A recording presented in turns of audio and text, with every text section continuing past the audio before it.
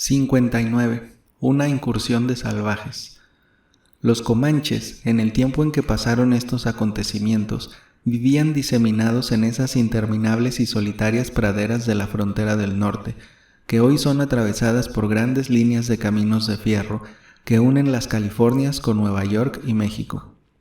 Para cazar el cíbolo se citaban, se reunían, celebraban un gran consejo, discutían y formaban su plan de campaña, y enseguida marchaban un considerable número de guerreros, atravesando a caballo en poco tiempo a grandes distancias, hasta que reconocían, con el instinto admirable que solo ellos tienen, los lugares por donde debían pasar las numerosas manadas de cíbolos que, huyendo del frío de las regiones heladas del norte, venían a buscar el pasto a veces muy cerca de nuestras fronteras.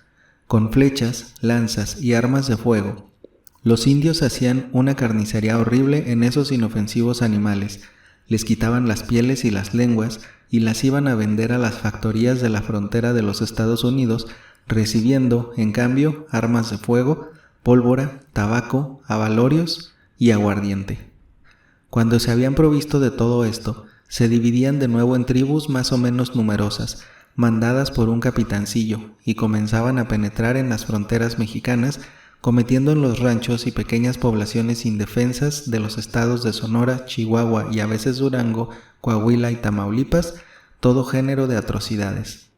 Desorganizadas las antiguas compañías presidiales e inútil la tropa de línea para esa clase de guerra, de marchas rapidísimas y de continuadas sorpresas, las gentes de esos países comprendieron que era necesario organizarse y defenderse, y entraron en ciertas combinaciones, de modo que cuando se sentían los salvajes, como dicen todavía por allá, cada hacienda o pueblo concurría con cierto número de hombres montados y armados que se reunían en un punto dado, comenzaban la persecución de la partida o partidas de indios y lograban muchas veces quitarles los cautivos y la caballada que se habían robado, o por lo menos los hacían huir, ocultarse en la sierra o entrar a los desiertos de la frontera americana.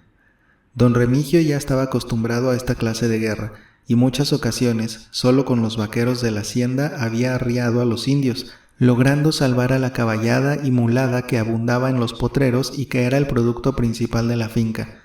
El conde mismo, por diversión y por hacer gala de su denuedo, acompañaba a don Remigio en estas aventuras y su gran deseo era cautivar siquiera un comanche, lo que nunca pudo conseguir.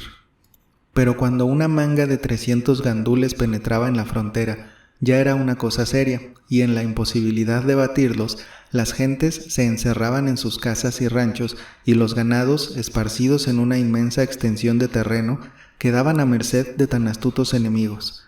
En esta vez las declaraciones del cautivo, las demás noticias que comunicó don Remigio al doctor Ojeda, fueron enteramente exactas, y en el momento en que menos se esperaba se presentó al rayar el día, a la vista de la hacienda del Saúz, una manga como de 200 guerreros. Don Remigio armó a los vaqueros y apenas tuvo tiempo de juntar algún ganado, colocarlo en el lugar más seguro y encerrarse en la casa para defenderse desde las azoteas y desde el campanario de la iglesia, pero el conde se empeñó en que habían de salir a batirlos con todos los hombres que pudieran disponer. Don Remigio le hizo cuantas reflexiones le sugería su larga experiencia, pero no hubo medio de convencerlo. Se dirá, contestaba todos los argumentos, que el conde del Saúz, hallándose en su hacienda, tuvo miedo a 4 indios desnudos y con flechas y palos. Mi primo el marqués de Vallalegre, cuando lo sepa, se reirá y se burlará de mí. Ni por pienso. Vamos, Remigio, y si tiene usted miedo, quédese. Don Remigio no tuvo más camino que obedecer. Salieron a la cabeza de unos 50 vaqueros y caminaron derechos a encontrar a los salvajes, que estaban a tan corta distancia que podían contarse desde la torre de la iglesia. Apenas los comanches vieron venir las gentes de la hacienda, arrojaron, según su costumbre, horrorosos alaridos que llenaron el aire. Agitaron sus chimales en señal de desafío, se dividieron en varios trozos y echaron a correr. El conde, entusiasmado, picó su caballo y se lanzó como un insensato a perseguirlos. Don Remigio y los vaqueros tuvieron que seguirle, pero la fuga no fue sino simulada, y casi al momento hicieron una evolución contraria y las gentes del conde quedaron rodeadas completamente. Un alarido unánime y más aterrador que el primero resonó, y al mismo tiempo una nube de flechas y muchas balas silbaron en el aire. Los caballos de los vaqueros, asustados con los alaridos, arrancaron sin que nada valiese el freno, y en minutos quedó dispersada la fuerza con que el conde presentó su batalla campal. Don Remigio, con una admirable serenidad, reunió a los que tenía más cerca, tomó osadamente las riendas del caballo del conde, lo hizo retroceder y comenzó la retirada con un mediano orden, haciendo fuego a los salvajes para que no se les acercaran, porque sabía que el sistema de ellos es no perder, si es posible, ni un hombre, sino acometer cuando casi no hay riesgo. Así lograron acercarse a las tapias, trancas y puertas de la hacienda, pero al momento de entrar y como cesasen de hacer fuego, se escuchó otro alarido y con la velocidad del rayo se les vino encima el grueso de los gandules. Don Remigio, pensando en Mariana, apenas tuvo tiempo de entrar a la casa con los vaqueros que lo seguían. El conde quedó cortado y los salvajes lo hicieron prisionero. No puede haber idea de la alegría feroz de los bárbaros que bailaban, disparaban flechas al aire, dando saltos y haciendo mil gestos y contorsiones espantosas. Apearon al conde del caballo, le quitaron su famosa espada de Toledo, con la que en vano trató de defenderse, lo amarraron fuertemente en un árbol y se dispusieron a sacrificarlo a su manera. La tarde declinaba y los indios esperaron que la noche cerrase para comenzar sus lúgubres ceremonias. Delante de la casa colocaron una especie de guardia armada de flechas y rifles americanos para impedir toda salida, y a poca distancia del árbol en que estaba amarrado el conde encendieron un gran círculo de hogueras. Mangas Coloradas y sus capitancillos ocuparon el centro, encendiendo, fumando y pasándose de una mano a otra una tosca pipa de barro que rellenaron 2 o 3 veces de tabaco. Terminada esta ceremonia, Mangas Coloradas pronunció en pocas palabras la sentencia de muerte del conde y el exterminio completo de la hacienda por medio del incendio. Un alarido, que contestaron los que estaban cerca de la casa, fue la señal de aprobación, y mientras unos aglomeraban cerca de las puertas, ramas, leña y cuanto combustible tenían a mano, otros bailaban y saltaban como demonios salidos del infierno alrededor de las hogueras, proyectando en el suelo y desapareciendo alternativamente las sombras de sus grandes cuerpos medio desnudos y de sus penachos adornados con plumas de aves y abalorios brillantes. Cuando terminaban sus saltos y cabriolas, cada capitancillo tomaba un tizón de las hogueras y lo iba a aplicar al cuerpo del conde medio desnudo, pues le habían arrancado a pedazos una parte de sus vestidos. El conde bramaba de rabia y de dolor y gritaba: «¡Malditos, malditos, bárbaros, acábenme de matar!». Y se retorcía furioso como una culebra herida, pero sin poder hacer uso de las manos ni de los pies, pues estaba fuertemente atado con cuerdas hechas de nervios de animales. Mangas Coloradas quiso tener el honor de arrancar la cabellera del conde, reconociéndolo como amo y señor de la hacienda, y se acercó con un mal cuchillo de fierro en la mano para hacer la incisión alrededor del cráneo, tirar después por el centro de los cabellos y lograr completa e intacta la cabellera con todo el pellejo.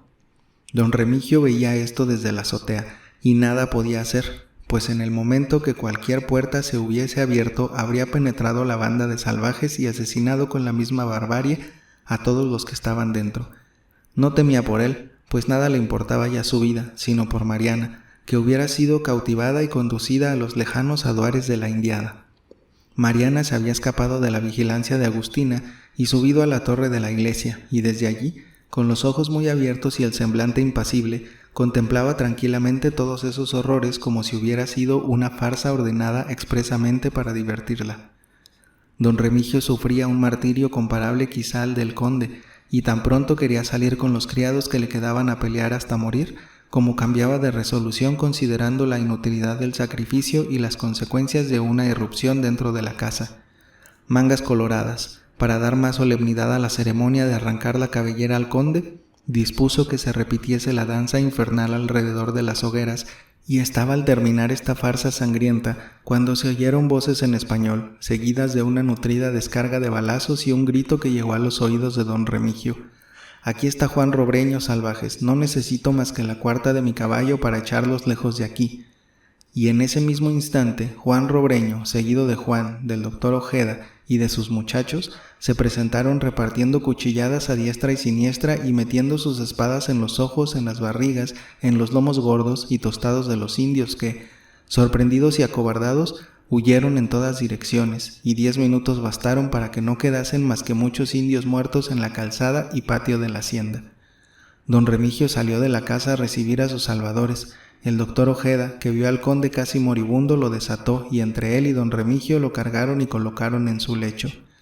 La lucecilla a caballo, haciendo jornadas largas, más fuerte, más animosa que cualquiera de los hombres, había acompañado a Juan, y en largas conversaciones con él y con el fingido don Pedro Cataño se había impuesto de la historia de ambos y sabía también, por el doctor Ojeda, que la quería mucho, los más insignificantes pormenores y hasta las entradas y salidas de la casa de la hacienda.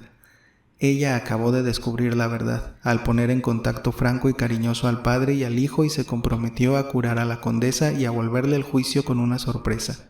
Así, en cuanto vio abiertas las puertas de la hacienda, se apeó del caballo y sin hacer caso de nada, pisando muertos y heridos, penetró en el patio y no paró hasta la torre donde había divisado a Mariana. Llegó, se apoderó de ella dándole muchos besos, tomándola del brazo y conduciéndola haciéndole 1000 cariños hasta la recámara.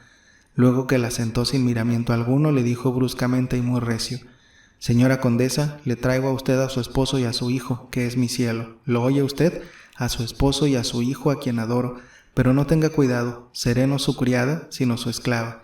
Ya le contaré a usted, señora condesa, pero por ahora, óigame usted bien, le traigo a su esposo y a su hijo y aquí están, mírelos usted». En efecto, el fingido don Pedro Cataño y Juan estaban delante de ella. Mariana los miró un minuto, como incrédula, pasó la mano por su frente como queriendo quitarse una cosa que la oprimía y después ocultó su pálido y bello rostro en el seno de Lucecilla, derramando un torrente de lágrimas. La locura había desaparecido.